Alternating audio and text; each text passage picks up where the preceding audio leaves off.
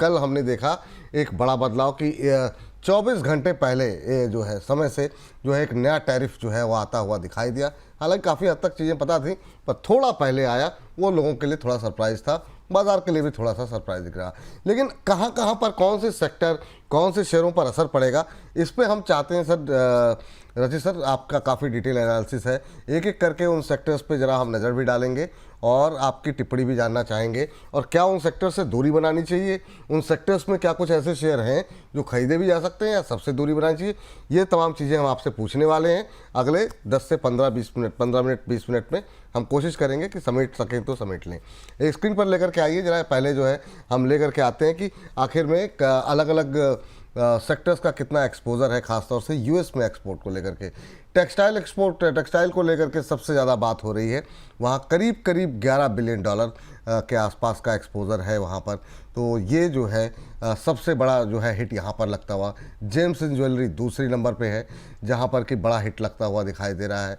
तीसरे नंबर पे जो मशीनरी और मैकेनिकल सामान है, वो भी $6.7 बिलियन के आसपास एक्सपोर्ट हो रहा है यूरोप में, यूएस के अंदर। कृषि और जो मांस और प्रोसेस्ड फूड जैसे प्रोडक्ट बनाने वाली कंपनियां हैं, उन पर असर होगा।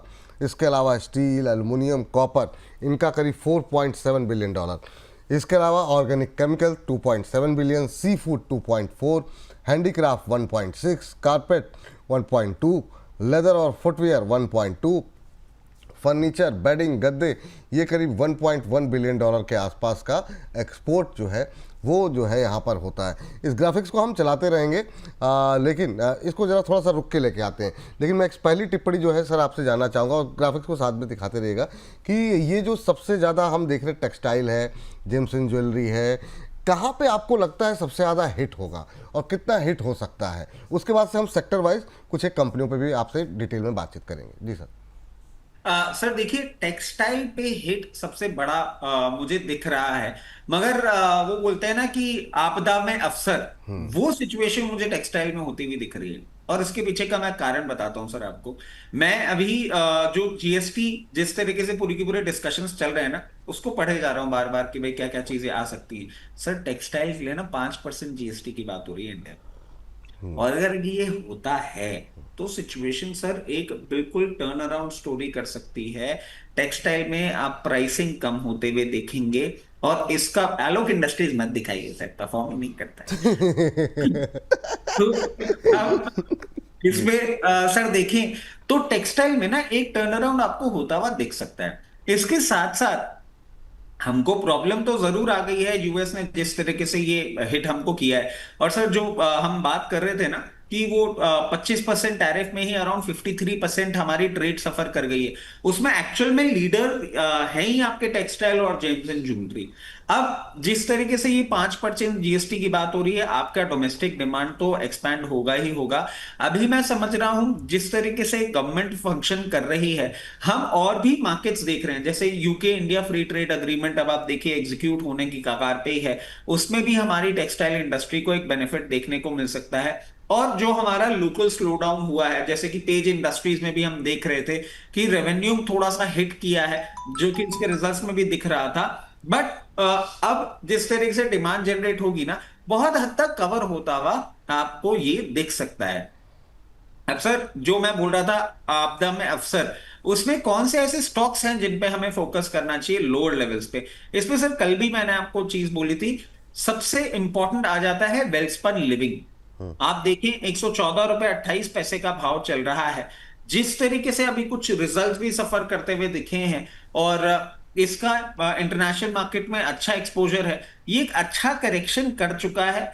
अब जहां भी आपको सपोर्ट मिले लोअर लेवल्स पे, आपको जरूर वेल्सपन लिविंग में अपनी पोजीशन बनानी चाहिए, जैसे ही आपको टेक्सटाइल सेक्टर में एक नॉर्मलाइजेशन आता हुआ दिखे। उसके बाद आ जाता है सर वर्धमान टेक्सटाइल, जिसके लिए हमने कल भी आपसे बात करी थी। ये एक और ऐसा स्टॉक होगा जो मैं समझता हूं आपको आने वाले समय में जैसे ही सिचुएशन कंट्रोल होती हुई दिखेगी, ये मूवमेंट करता हुआ दिखाएगा। अभी तो नहीं खरीदना है ना सर? सर थोड़ा सा और रुक जाइए, हाँ क्योंकि ठीक जिस है। तरीके से मार्केट चल रहा है ना, आप बोलेंगे तो हम एक बार लेवल भी निकाल देंगे सबका।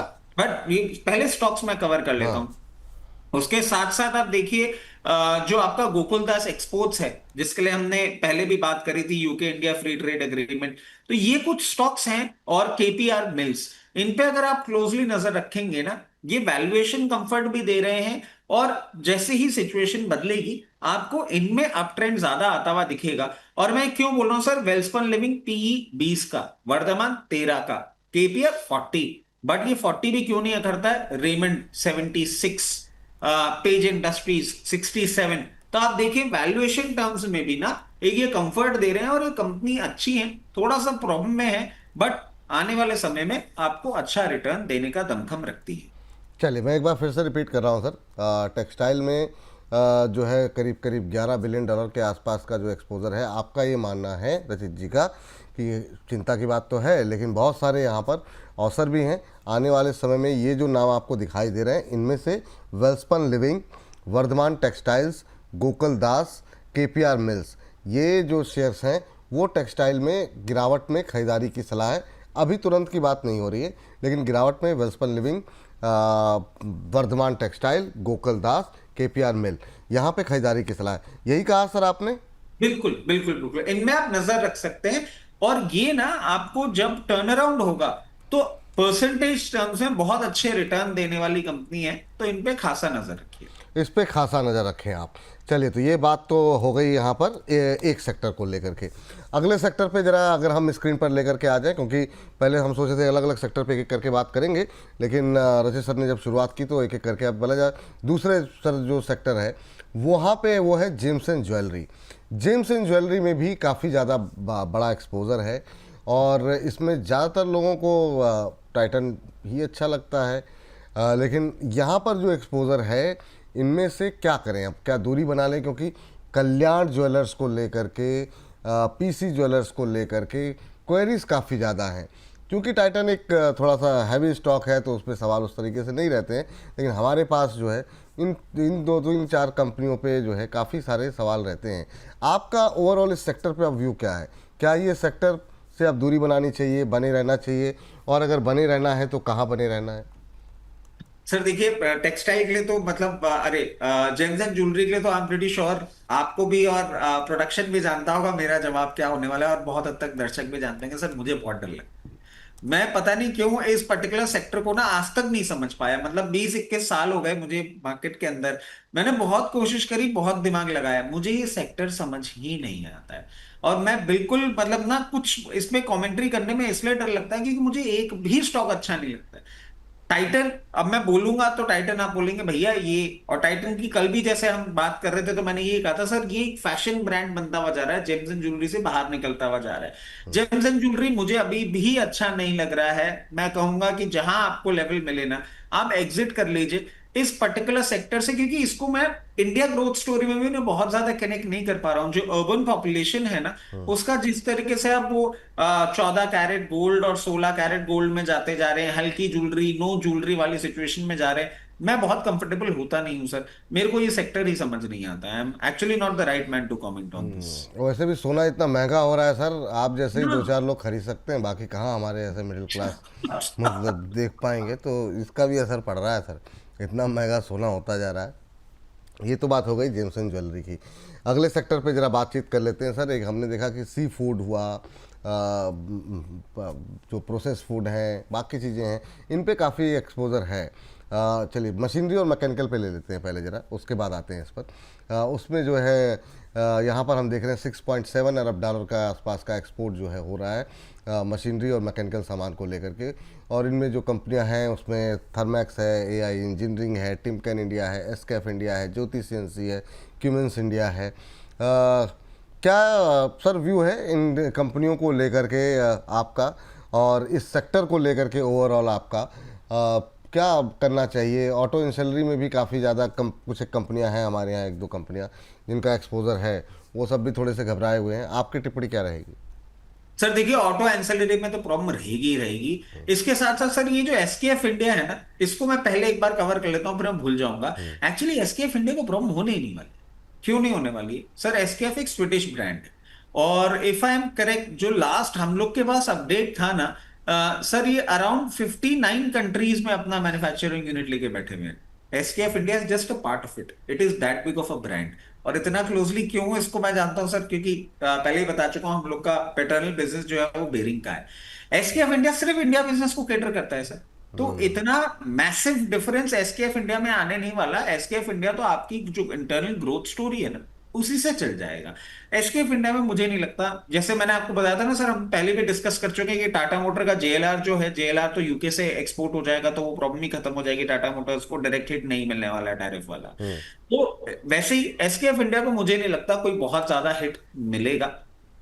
सर इसके बाद हम देखें कि ये बात आपकी बिल्कुल सही है कि ये जो कंपनीज है ना, ये हिट एक बार तो लेंगी लेंगी, मगर आप एक और चीज देखिए कि यहां पे आपको प्रॉब्लम दिख रही है। हमारी जो कोर ग्रोथ है, जो कोर इन्फ्लेशन आ रहा है, वो भी कहीं ना कहीं दिखा रहा है कि अब धीरे धीरे ना हमारी इंटरनल ग्रोथ भी इंप्रूव हो रही है।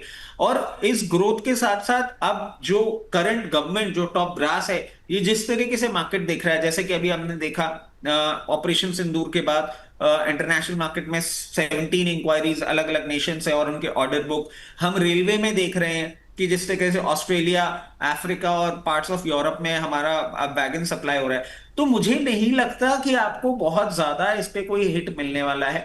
एक नी जर्क रिएक्शन जरूर आ सकता है, बट आपकी जो ये कंपनीज हैं जो मशीन्स और सारा इंडस्ट्रियल इक्विपमेंट्स बनाती हैं, they themselves are pretty potent. उनके एक्सपोर्ट ऑर्डर्स और भी जगह बहुत अच्छे हैं। इनमें प्रॉब्लम बस एक हो सकती है सर, और ये मैं बताना भूल जाऊं, इससे पहले कवर कर लेता हूं। अगर आप प्रेशर में नहीं आते हैं ना, अगर आप ये सिचुएशन बना लेते हैं कि यूएस कितना ही टैरिफ कर ले, आप नहीं, अगर उनकी डोनाल्ड ट्रंप साहब की ईगो को सेटिस्फेक्शन देते हैं, क्योंकि सर कल मैंने जो शो में बात कही थी ना, मुझे उनका स्टेटमेंट ही इतना विचित्र लगा।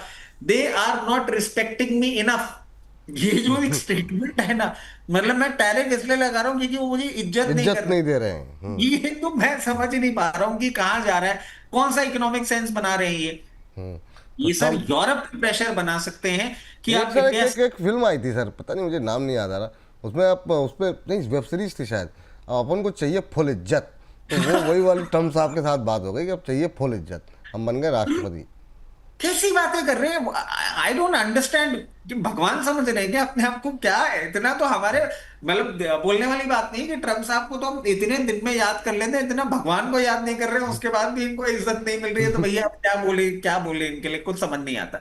तो सर अगर यूरोप के साथ जो आपके ट्रेड्स होते हैं ना, उसमें अगर ये डेंट मारने की कोशिश करते हैं तो प्रॉब्लम आएगी। बट अदरवाइज मुझे लगता है नी जर्क रिएक्शन है। और ये भी बात मैंने अभी क्यों बोल दी, क्योंकि हो सकता है कि 3 महीने बाद यूरोप का कुछ आ जाए, फिर ये बोला जाए देखा तब तो ये आदमी ऐसा बोल रहा था, अब ये आदमी ऐसे बोल रहा है। अरे नहीं प्रभु, अच्छा मैं। सर, ये इन सबसे हटके एक सवाल आपका, अभी आप जब टेक्सटाइल में बात कर रहे थे कि मतलब 5% लगा दे, आपको लगता है इतनी डिमांड है भारत में मतलब कंजम्पशन को लेकर के कि हाँ कारों में ड्यूटी कम होगी, वहाँ पे डिमांड बढ़ जाएगी, पर कपड़े मतलब आपको लग रहा है कि लोग खरीदना शुरू कर देंगे ज़्यादा? ये मतलब पचाने वाली बात है सर कि मतलब अगर कपड़े सस्ते हो जाएंगे तो कितने कपड़े खरीद लेंगे? गार वगैरह का हो सकता है कि भाई जो लोग अब नहीं खरीद सकते थे उनको थोड़ा डिस्काउंट मिल रहा है तो वो हो सकता है उससे बढ़े, पर कपड़े तो लग रहा है आपको कि मतलब उसका असर, मतलब इतनी डिमांड आ जाएगी देश में कि मतलब जो एक्सपोर्ट हम कर रहे थे वो कंपनसेट हो जाएगा? सर आप देखिए ना, सबसे बड़ी बात क्या हो रही है, कपड़ों का यूएस का डिमांड कंपनसेट करने में आपको टाइम लगेगा, और आपको और भी कंट्रीज में जो आप माल बेच रहे हैं, सब कुछ कर रहे हैं, वो सारी चीजें होती हैं। बट हमारे देश में ना एक बहुत बड़ा फर्क है सर। अब गाड़ियों की बात करते हैं, मैं, आप बोले ना कार सस्ती हो जाएगी, मैं भी अपना टारगेट लगा के बैठा हूं। हम लोग के पास ऑलरेडी 4 है जो कि गैराज में है, मगर 5वीं की तैयारी कर सकते हैं अगर रेट कम हो गई तो। सर ये जो एक थॉट प्रोसेस है ना, और ये जो यूथ है, आप देखिए यूथ, कपड़े आप और हम नहीं खरीदते सर। मतलब आप इसको वैसे लीजिएगा, हम लोग जिस एज ग्रुप में आ गए ना, हम लोग तो ये शर्ट भी निकाल के पहन ली, देखिए हाँ ठीक है बहुत दिनों से पहनी नहीं है, पहन ली। हम लोग वो वाली सिचुएशन में। एक जमाना था जब हम बोलते थे कि फेस्टिव सीजन के, दिवाली के लिए नए कपड़े खरीद के लाने। अब क्या हो जाता है, भैया तुम लोग ही खरीद के लाओ, हमको माफ करो, हमको नहीं चाहिए।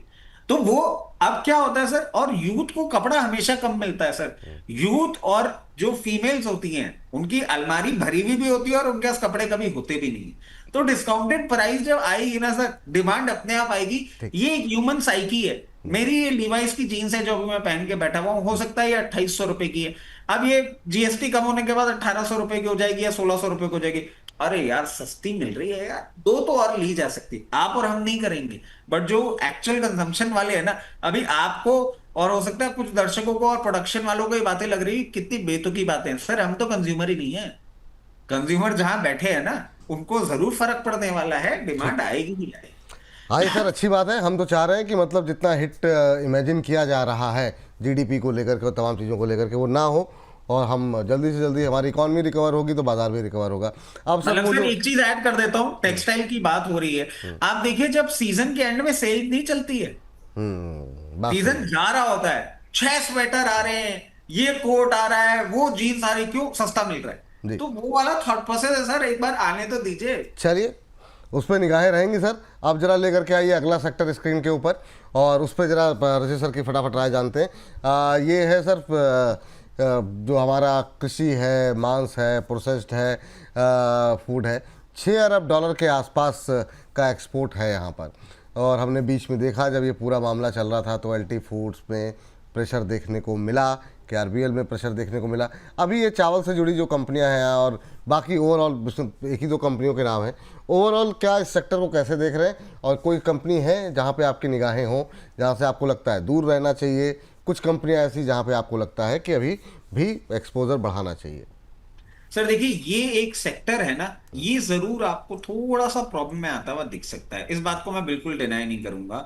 और सर इसमें केआरबीएल और इनकी तो हम बात कर रहे हैं सर, अवंती फीड्स, आप देखिए अवंती इनका फीड्स बिल्कुल।